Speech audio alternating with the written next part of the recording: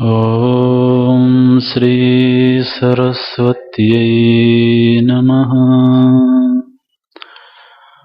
ॐ श्री गुरुभ्यो नमः।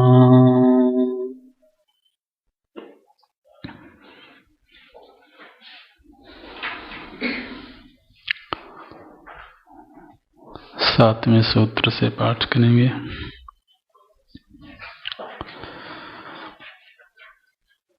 सा न कामयमाना निरोधरूपत्वात्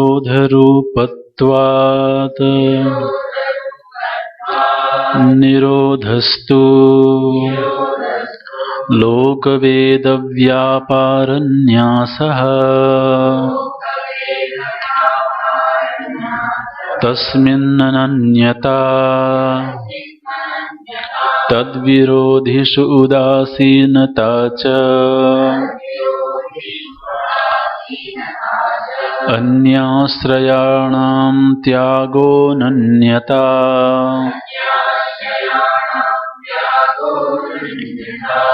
लोकवेदेषु तदनुकूलाचरणम्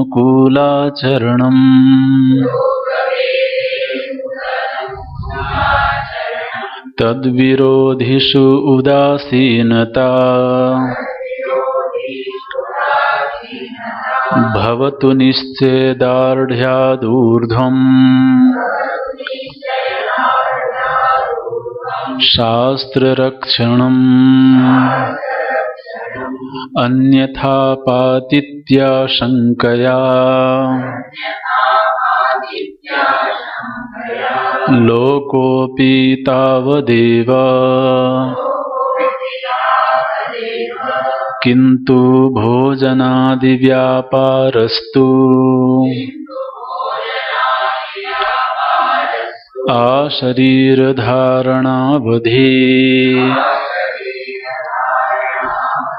तल्लक्षणानि वाच्यन्ते नानामतभेदात् पूजादिषु अनुरागः इति पाराशर्यः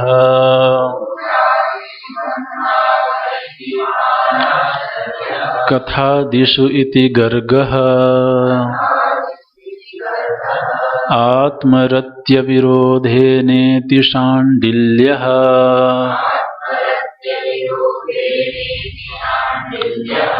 नारदस्तु तदर्पिताखिलाचारता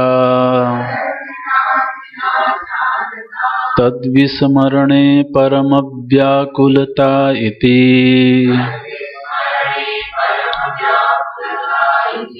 नारदस्तु तदर्पित अखिलाचारता तद्विस्मरणे परमव्याकुलता इति अस्ति एवमेवं यथा व्रजगोपिकानां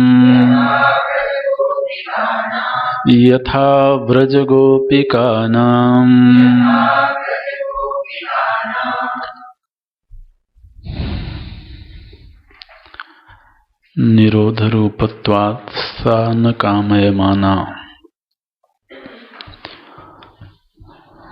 भक्ति में भक्त को अन्य विषयों से छुड़ाने की सामर्थ्य है। अन्य विषयों से उसकी चित्तवृत्ति को अपनी ओर खींचने की सामर्थ्य है।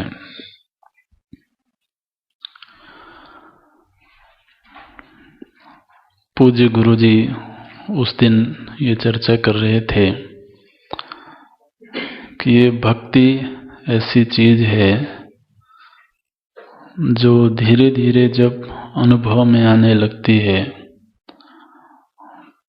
तो साधक के मन को खींचती है। खिंचाव उधर ही होता है जहाँ आनंद होता है। और वह भी आनंद यदि निर्नैमित्तिक हो तो वो और आकर्षक हो जाता है।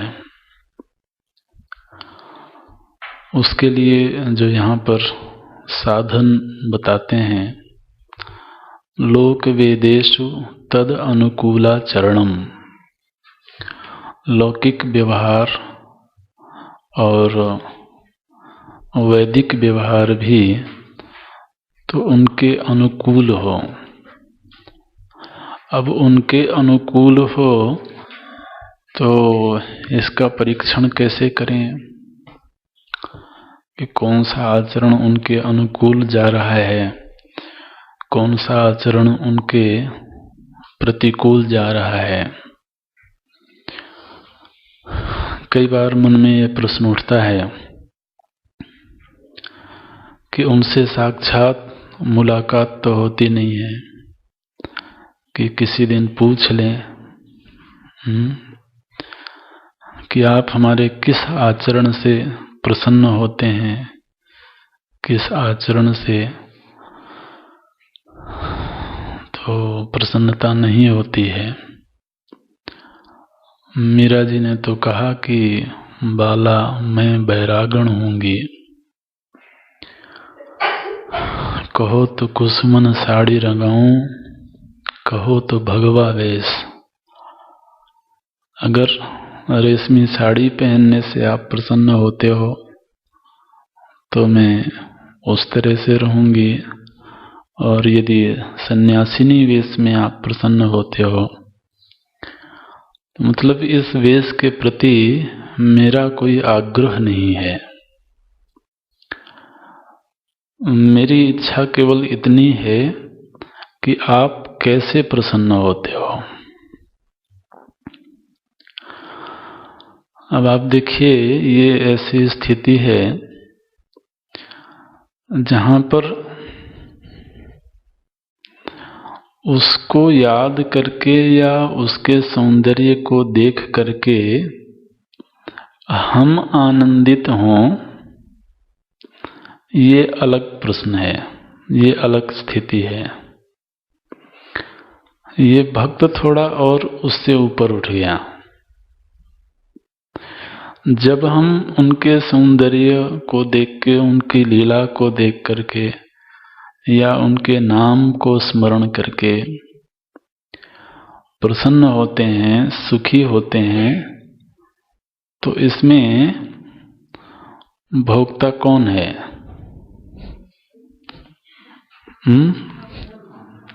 हम हैं, ठीक है ना। और वो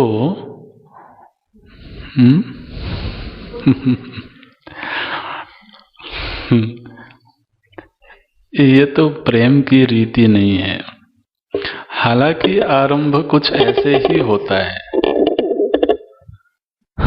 लेकिन फिर जो परम प्रेम रूपा है वो इससे एक कदम और आगे चल के है। उसमें भक्त ये चाहता है कि वो कैसे प्रसन्न होंगे, माने वो अपने आप को उनका भोग्य बना देता है। ठीक है, ये स्थिति है। उनके हाथ का खिलौना बन जाता है। अब वो हमें जिस तरह से खेलना चाहें, जिस तरह से हमारा उपयोग करना चाहें, हम हमेशा उपलब्ध हैं। ठीक है ना। तो किसी के लिए उपलब्ध होना हमारे जीवन की एक ये विडंबना होती है कि लोगों के पास मेरे लिए वक्त नहीं है। कहते हैं ना कि वो अपने आप में इतना व्यस्त है कि मेरे लिए वक्त नहीं है। इसका मतलब क्या है? वो मेरे लिए उपलब्ध नहीं है। मुझे उसकी उपलब्धता चाहिए। तो ये भक्त कैसा है कि इसकी प्रभु के प्रति उपलब्धता हमेशा है। माने उसने कोई अपॉइंटमेंट का समय निर्धारित किया हो कि इतने बजे से इतने बजे तक ही तो हमारी और आपकी मुलाकात होगी, तो ऐसा नहीं है। आरंभ में तो यही होता है, उसके लिए भी हम कुछ समय निर्धारित करके रखते हैं कि वे 1 घंटे का समय है पूजा करने का, ठीक है। बाकी मेरी और भी बहुत सारी व्यस्तताएं हैं। तो कई बार तो ऐसा भी कहते हुए सुना जाता है कि अरे फुर्सत किधर है, अगरबत्ती दिखा देते हैं उतना ही बहुत है। ये दशा होती है। माने और सबके लिए वक्त है, उनके लिए वक्त नहीं है। ये जो संत हैं, ये जो महापुरुष हैं, इनकी स्थिति क्या है कि इनका उल्टा है,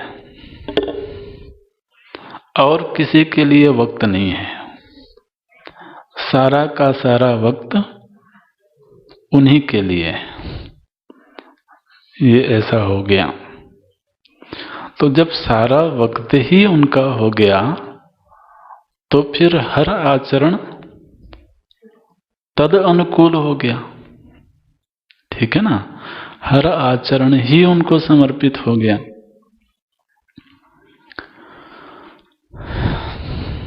तद अनुकूलाचरणम, फिर वो चाहे लोक व्यवहार करता हो, लोक मर्यादाओं का पालन करता हो, या वैदिक कर्मकांड करता हो, यज्ञ है, संध्या वंदन है, तो जो भी वेद ने विधान किया हुआ है उनका अनुष्ठान करता हो। अब जो ये प्रश्न उठा था कि कौन सा आचरण उनके अनुकूल जाएगा और कौन सा आचरण प्रतिकूल जाएगा, तो इसमें मुख्य बात यह है कि मेरी योग्यता के अनुसार, मेरी पहचान के अनुसार मेरा क्या कर्तव्य है। पहले कर्तव्य का विश्लेषण करें, ठीक है। माने भक्त का कोई व्यतिरिक्त ही कर्तव्य होता होगा तो ऐसा नहीं है। हमारी अपनी योग्यता, अपनी पहचान के अनुसार जो भी कर्तव्य निर्धारित हुआ है, अनुष्ठान उसी का होना है। अंतर सिर्फ इतना हुआ कि उसने अपने मैं को भक्त बना लिया। अनुष्ठान अपने कर्तव्यों का ही करता है, लेकिन वहां जो अनुष्ठान करता है वो भक्त बन गया है। उसकी पहचान एक भक्त के रूप में हो गई है। उसके बाद जो भी कर्तव्य उसके सम्मुख है उसका अनुष्ठान करता है। तो अनेक ऐसे महापुरुष इतिहास में देखे गए हैं जो लौकिक दृष्टि से कई बार बड़ा निकृष्ट कर्म दिखाई देता है, किंतु उनको वही नियत कर्म तो प्राप्त हुआ है। अब जैसे कबीरदास जी के विषय में कहा जाता है कि वो तो धागा बुनते थे, जुलाहा थे, तो वो जो धागा बुनना है वो उनको तो अपनी जाति, अपने वर्ण के अनुसार कर्तव्य प्राप्त हुआ था। तो रैदास जी के विषय में कहा जाता है कि वो जूते बनाते थे, तो वो उनके वर्ण के अनुसार उनको कर्तव्य प्राप्त हुआ, उसी का अनुष्ठान करते हैं। लेकिन अनुष्ठान कर्ता को उन्होंने भक्त बना लिया है, तो फिर वही कर्म तो तद अनुकूल हो गया। तो यहाँ ऐसा लगता है कि कर्म में कोई बदलाव हुआ है, ऐसा नहीं देखने को मिलता। माने जब तक वो साधारण व्यक्ति था तब तक उसके कुछ और कर्म थे, और भक्त होने से कर्म बदल गए, ऐसा नहीं दिखाई देता है। ठीक है, तो उसमें बदलाव कहाँ हुआ? तो मैं की पहचान में बदलाव हुआ, और फिर उस पहचान के इर्द गिर्द अन्य सभी पहचानें स्वीकार्य हैं। लोक व्यवहार में यदि वह परिवार में रहता है तो जो परिवार में अलग अलग पहचानें हैं उनका भी निर्वहन करता है। मीरा जी के विषय में ऐसा सुना जाता है कि जब वो अपने ससुराल गईं तो वहां पति के प्रति उनका जो कर्तव्य था वो पूरी निष्ठा से उसका निर्वहन करती थी, क्योंकि वहां शरीर की दृष्टि से एक पत्नी की पहचान को उन्होंने धारण किया हुआ है। तो पति के प्रति जो कर्तव्य है उसका निर्वहन करती थी, और उसका परिणाम ये हुआ कि उनकी भक्ति साधना में उनके पति ने कभी भी व्यवधान नहीं उपस्थित किया, ऐसा था। तो यहां पर जब कहते हैं कि लोक वेदेषु तद अनुकूलाचरणम, तो कर्तव्याचरणम और भक्त बन करके आप साधना पंचकम पढ़ें तो वहां पर इसी तरह से कहा गया। तो वेदो नित्यमधीयताम तदुदितम कर्मस्सु अनुष्ठीयताम। अगली पंक्ति क्या है?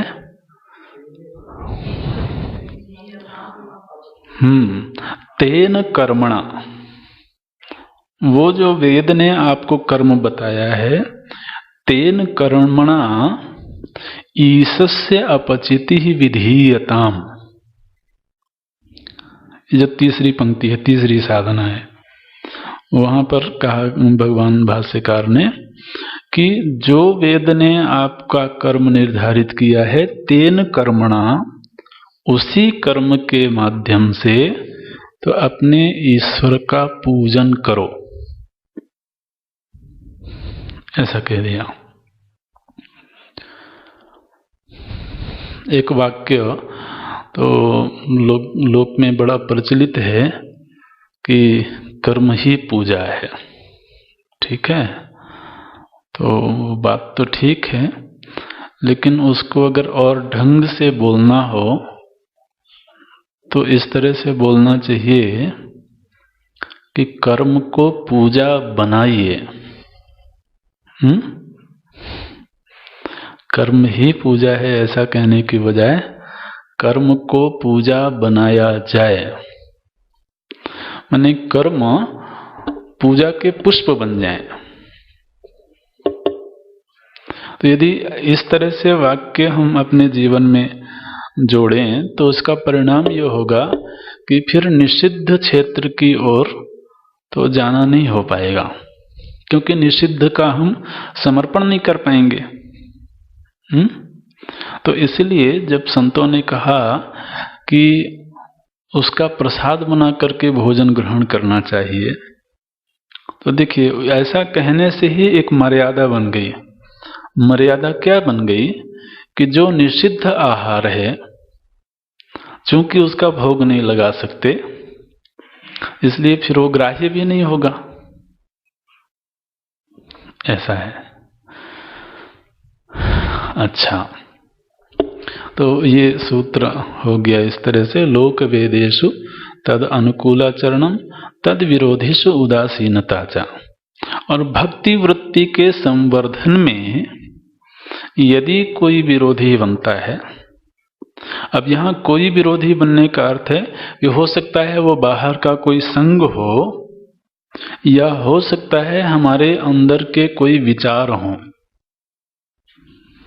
विचार भी भक्ति के संवर्धन में विरोधी कई बार बनते हैं। तो यदि ऐसे विचार उठते हों जो भक्ति के विरोधी होते हों, तो उन विचारों के प्रति तो उदासीनता का भाव हो। उन विचारों से लड़ाई करेंगे तो विचार और मजबूत होते जाएंगे। इसलिए बजाय उनसे युद्ध करने के उनके प्रति उदासीन हो जाएं, तो वो विचार धीरे धीरे शर्मा जाएंगे और अपने आप ही तो खत्म होने लगेंगे, ऐसा कहते हैं। अब जब कोई साधक श्रवण मनन आदि करता है, भक्ति का आश्रय लेता है, महापुरुषों का संग करता है और फिर इतनी उपलब्धि होने के बाद शास्त्रों का श्रवण करता है, शास्त्रों का तात्पर्य समझता है, जीने का ढंग समझता है, उसके बाद जब वो दुनिया को देखता है तो उसके मन में एक विचार आता है कि ये देखो दुनिया के लोग कितने भटके हुए हैं। ऐसा भाव आता है साधक के मन में कि ये दुनिया के लोग शास्त्र से कितना दूर हैं, शास्त्रीय जीवन शैली से कितना दूर हैं, कितना मोह में फंसे हुए हैं, कितना राग द्वेष में फंसे हुए हैं। इस तरह की वृत्ति आती है। और जब इस तरह की वृत्ति आती है तो उसको लगता है कि अब मैं जाकर के सुधारूंगा। ठीक है, तो अब मैं प्रवचन आदि करके लोगों को शास्त्रीय जीवन शैली बता करके तो सुधारूंगा। हमारे अध्ययन काल में तो हमारे एक सहपाठी थे, हैं अभी, वो बड़े उनके इस तरह के ख्याल होते थे। तो वो कहा करते थे कि मैं इस तरह का प्रवचन करूंगा कि सुनने वालों के अंदर वैराग्य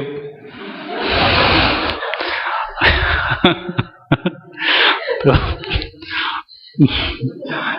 मैंने एक प्रवचन सुन के ही लोग विरक्त हो जाएंगे। तो ये इस तरह का उनका भाव होता था।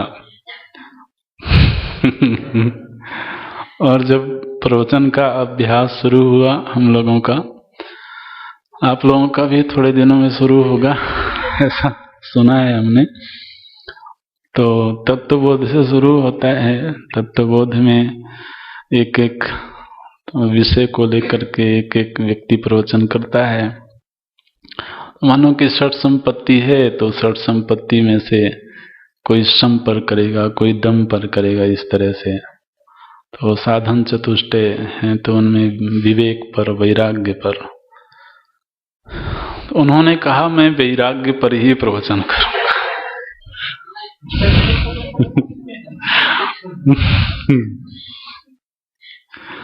तो देखिए, ये कई बार तो मन में इस तरह के विचार आते हैं, मैं शास्त्र की स्थापना करके रहूंगा समाज में। तो वो फिर कहीं न कहीं कथावाचक बनने की ओर उसकी अभिरुचि पैदा होती है और उधर जाने लगता है।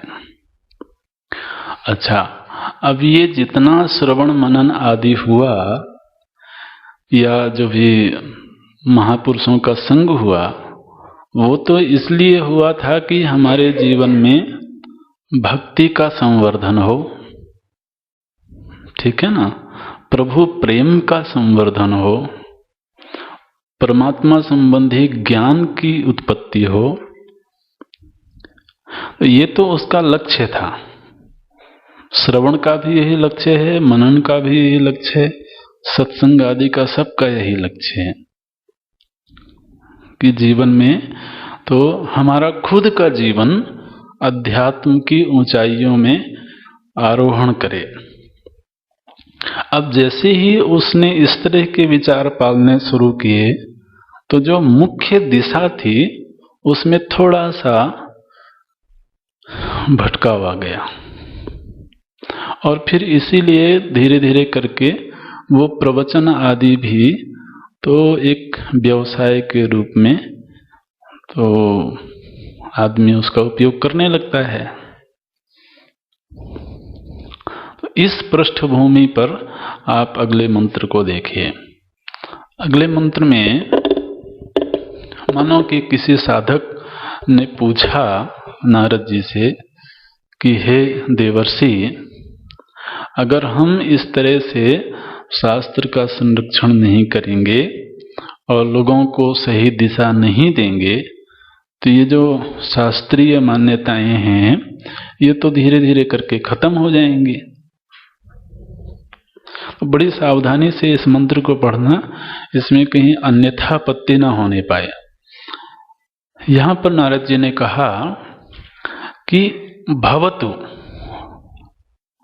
भवतु में थोड़ा सा एक उपेक्षा जैसा भाव है कि भवतु शास्त्र रक्षणम, शास्त्र रक्षण होवे तो होवे,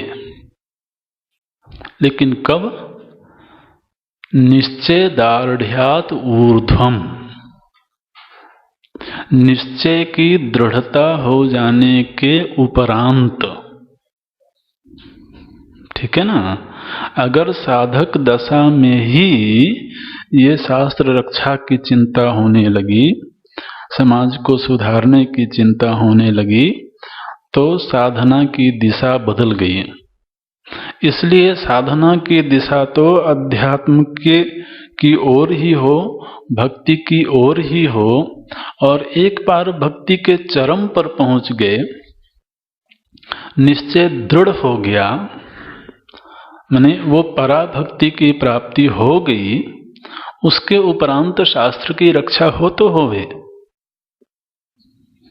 ठीक है ना? माने साधक दशा में इस चिंता में तो नहीं पड़ना चाहिए। अगर ऐसा होता है तो फिर आदमी कहीं न कहीं धर्मध्वजी बनता है। ठीक है?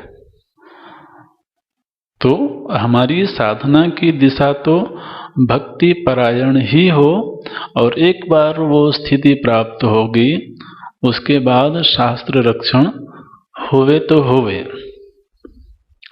और बल्कि सच तो यह है कि उसके उपरांत जितना महापुरुषों ने शास्त्र रक्षण किया है वो और कोई नहीं कर पाया। तो आप सारे ही महापुरुषों की जीवन गाथा पढ़ें तो यही दिखाई देता है। लेकिन उस स्थिति में पहुंचने के बाद शास्त्र रक्षण विधि नहीं है, माने उनको करना ही पड़ेगा या करना ही चाहिए, ऐसा विधान नहीं है, लेकिन होता उन्हीं के द्वारा है। ठीक है? तो ये भवतु एव का ऐसा भी कर सकते हैं कि भवति एव, फिर होता ही है। जब कोई महापुरुष उस स्थिति में पहुंचते हैं, उस पराभक्ति की स्थिति में पहुंचते हैं, तो फिर उनके हृदय में करुणा का उद्रेक होता है, और उस करुणा के परवश होकर के तो वो लोक संग्रह के लिए विचरण करते हैं। तो हम अपने गुरुदेव को देखें या और ऐसे महापुरुषों को जो उस धरातल पर पहुंचे, उन्होंने साधना करी, वो धरातल प्राप्त किया, और फिर करुणा से परवश होकर के उन्होंने लोक में तो विचरण किया। लेकिन वो निश्चय दार्ढ्य ऊर्ध्वम, अगर निश्चय दार्ढ्य होने से पहले ही इस तरह की चिंता होने लगी तो उसका परिणाम क्या होगा? अन्यथा पातित्याशंका शंकया। ठीक है, तो पातित्याशंकया का अर्थ होता है, पतति का अर्थ होता है गिरना। ठीक, तो गिरने का अर्थ क्या है? अब कोई अगर शास्त्र रक्षण करने लगा या प्रवचन आदि करने लगा तो क्या वो पतित हो जाएगा?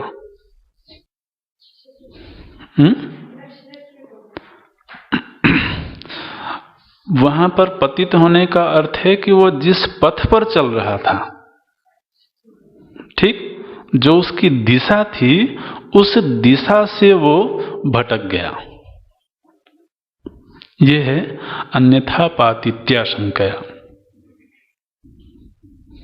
ये स्पष्ट हुए सूत्र।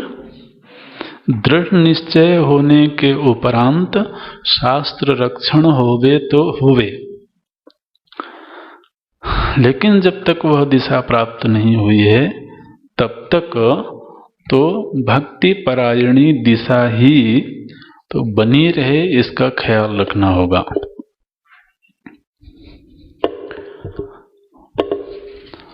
अब यदि हमारे प्रभु ने कहा कि तुम्हें प्रवचन करना है, या हमारे सद्गुरु ने कहा कि तुम्हें प्रवचन करना है, तो फिर वह प्रवचन, कोई बोलेगा, तदनुकूलाचार हो जाएगा। ठीक है, वो फिर कर्तव्य के अंतर्गत आ जाएगा। तो कर्तव्य तया तो वो ऐसा भी करेगा, लेकिन वो भक्ति का ही अंग होगा, भक्ति का ही संवर्धक होगा। ये है, वहां पर उसका प्रवचन करना तो धर्म ध्वजित्व के लिए नहीं होगा कि अब तो मैं प्रवचन कर करके तो सारी दुनिया को ठिकाने लगा दूंगा। वहां पर वो प्रवचन भी करेगा अगर, तो अपने आप को ही ठिकाने लगाने के लिए करेगा, अपने आप को ही। चूंकि प्रवचन करने से मेरे प्रभु प्रसन्न होते हैं।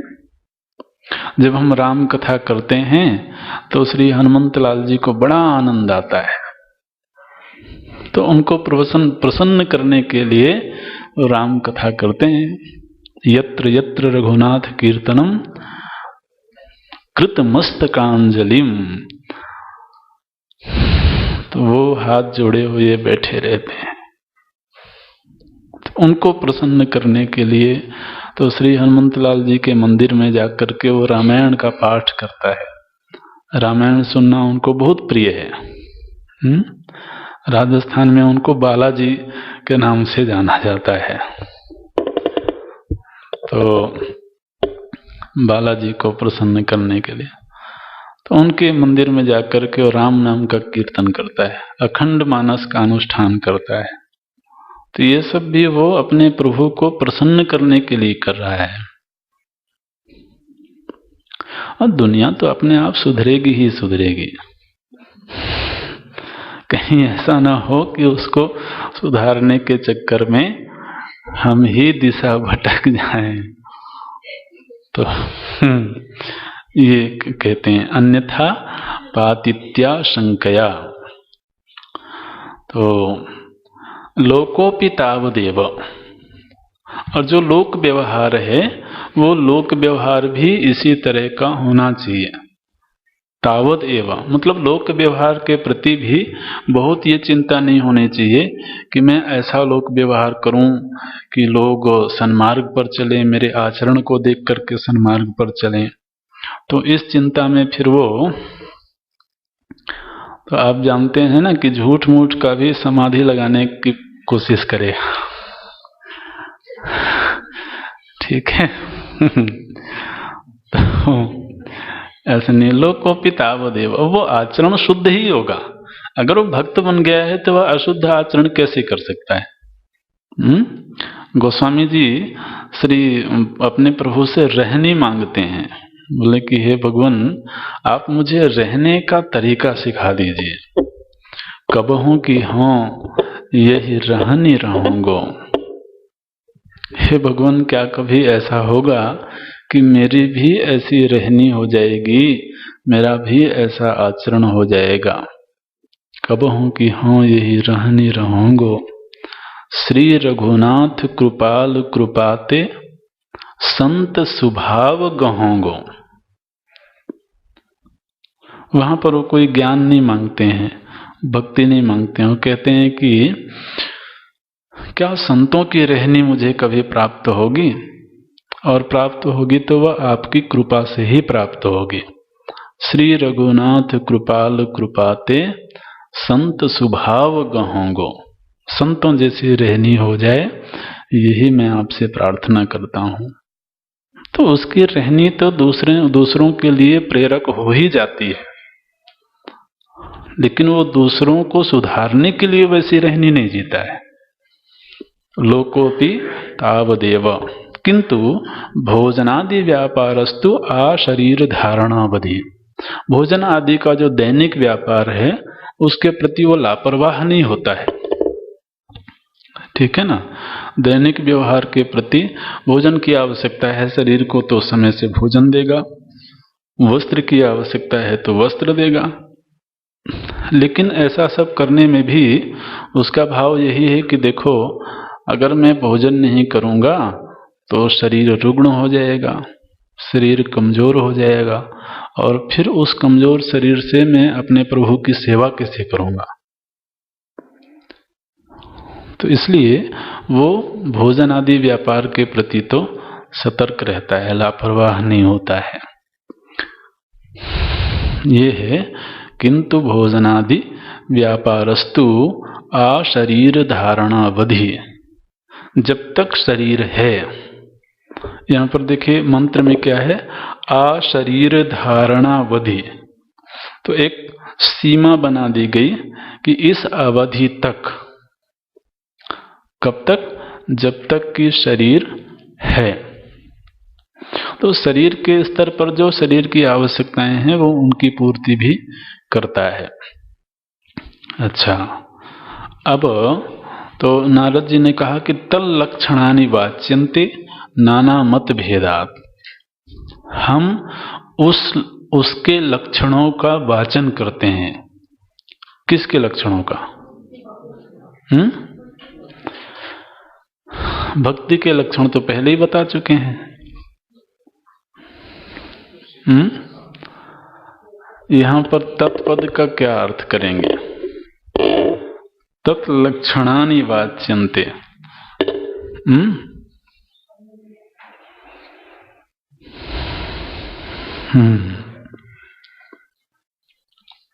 तो क्योंकि भक्ति की तो आरंभ में ही चर्चा आरंभ हुई थी, वहीं से आरंभ हुई थी।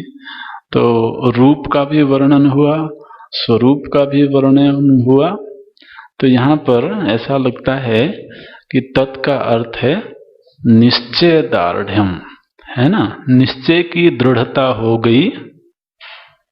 इसके क्या लक्षण हैं, कैसे पहचाना जाए, उसकी जीवनचर्या किस तरह की है जिसका निश्चय दृढ़ हो गया है? तो कहते हैं कि इसमें आचरित रूप में अनेक रूप देखे जा सकते हैं उनके, और अनेक रूप देख करके ऐसा नहीं समझना है कि इसका निश्चय तो दृढ़ हुआ है, इसका नहीं हुआ है। निश्चय की दृढ़ता होने के उपरांत भी आचरण के धरातल पर अनेक रूपों में वो दिख सकते हैं। तो इसलिए कहते हैं नाना मत भेदात। अनेक ऋषियों ने अनेक तरह के मत अभिव्यक्त किए हैं। अब अगर किसी का साधन काल में ही पूजा के प्रति अत्यंत अनुराग था, ठीक है, तो निश्चय दृढ़ होने के उपरांत भी अब उसने पूजा छोड़ दिया, ऐसा थोड़ा है। तो पता चला कि वो उनका सारा जो दिन है वो पूजा में ही लगा हुआ है। ऐसा पूजा के प्रति अनुराग हुआ कि वो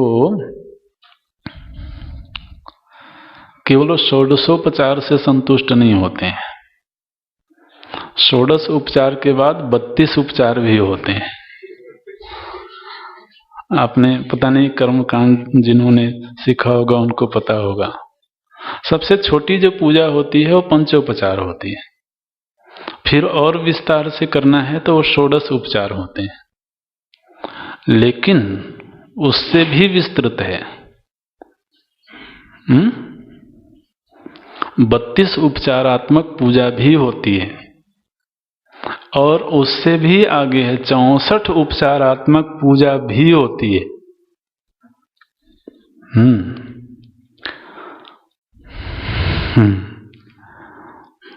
तो फूल ऐसे चढ़ाना है, ये फूल चढ़ाना है, ये फूल नहीं चढ़ाना है, ठीक है। तो छोटे छोटे करके उपचार तो हो जाते हैं। अब देखिए 64 उपचार, वो जो षोडश उपचार होते हैं उनमें भी हो सकता है चंदनम समर्पयामि वो एक ही उपचार में पूरा हो गया, ठीक है। लेकिन जब 32 उपचार करेगा तो चंदन में भी अनेक रूप हो गए, तो वो सिंदूरम समर्पयामि, तो तिलकम समर्पयामि, कुमकुमम समर्पयामि, तो उपचारों की संख्या बढ़ रही है ना। तो ये है। फिर वो अधिक से अधिक उपचार से पूजन करता है। नृत्य गीत आदि भी उस उपचार के अंतर्गत ही आते हैं। अब षोडश उपचार में तो हो सकता है या ना हो, उनका पूजन किया, उनको भोग वोग लगाया, फिर उनको प्रसन्न करने के लिए नृत्य करता है, उनको प्रसन्न करने के लिए कोई राग गाता है, ठीक है। तो उसका सारा दिन पूजा में ही गुजर जाता है और बस उसी में रमण करता है वो। कई बार तो ऐसा देखा जाता है कि वो सत्संग के प्रति भी उतना तो आकर्षण नहीं होता है जितना पूजा में उन रमण करते हैं। तो ये बाह्य रूप भी देखा जाता है। यदि ऐसा है तो वो भी भक्त हैं, उच्च कोटि के भक्त हैं। फिर किसी किसी का तो कथा में अत्यधिक अनुराग होगा। तो यहाँ पर पाराशर्य अर्थात व्यास जी का ऐसा मानना है कि जिसका निश्चय दृढ़ हो गया वो पूजा में अत्यंत अनुरक्त हो गया, अत्यधिक अनुराग हो गया। ये पुष्टि मार्ग में आप कभी जाएं, देखें पुष्टि मार्गियों को, तो महाराज वहाँ पूजा का ऐसा विधान है कि वो अष्टयाम सेवा करते हैं। अष्टयाम समझते हैं ना? तो 24 घंटे में 8 याम होते हैं, 8 प्रहर होते हैं। तो प्रत्येक प्रहर की कोई ना कोई पूजा होती है। तो एक बार हम गुजरात में कहीं यात्रा कर रहे थे, तो बड़ोदरा में एक मंदिर में ठहरे। वो पुष्टि मार्गियों का मंदिर है। दोपहर के वक्त हम वहाँ पहुँचे थे, तो हमने देखा कि मंदिर के अंदर कुछ संगीतज्ञ बैठे हुए हैं और कोई भजन गा रहे हैं, राग में निबद्ध भजन गा रहे हैं। तो बड़ा अच्छा लगा, हम भी जाकर के दर्शन किए बैठ के। तो उस समय पर लोगों ने बताया बाद में कि इस समय पर भोग राग गाया जा रहा है। मतलब अभी प्रभु जी को भोग लगाया जा रहा है, राज भोग लग रहा है। तो उस समय पर भी राग विशेष निर्धारित किए हुए हैं। तो हर याम की पूजा के अलग अलग राग निर्धारित किए हुए हैं। तो वहां पुजारी जी भोग लगा रहे हैं और यहाँ बाहर भक्त बैठे हुए तो भजन गा रहे हैं, उस तरह के राग गा रहे हैं जिससे हमारे प्रभु प्रसन्न होकर के भोग ग्रहण करें। तो इस तरह प्रातः काल के राग होते हैं, तो दोपहर के राग होते हैं, सायंकाल के राग होते हैं, शयन के राग होते हैं। शयन के समय कुछ विशेष राग होते हैं, तो उस राग में भजन गा करके अपने प्रभु को सुलाते हैं, शयन आरती करते हैं। तो पूरी दिनचर्या ही पूजा को समर्पित हो गई। ये पूजा दिशु अनुरागा इति, पाराशर्यः। फिर कथादिषु इति गर्गः। इसको अगली कक्षा में देखते हैं। ठीक है। ओम पूर्णमदः पूर्णमिदं पूर्णात् पूर्णमुदच्यते पूर्णस्य पूर्णमादाय पूर्णमेवावशिष्यते। ओम शांति शांति शांति। हरि ओम श्री गुरुभ्यो हरि ओम।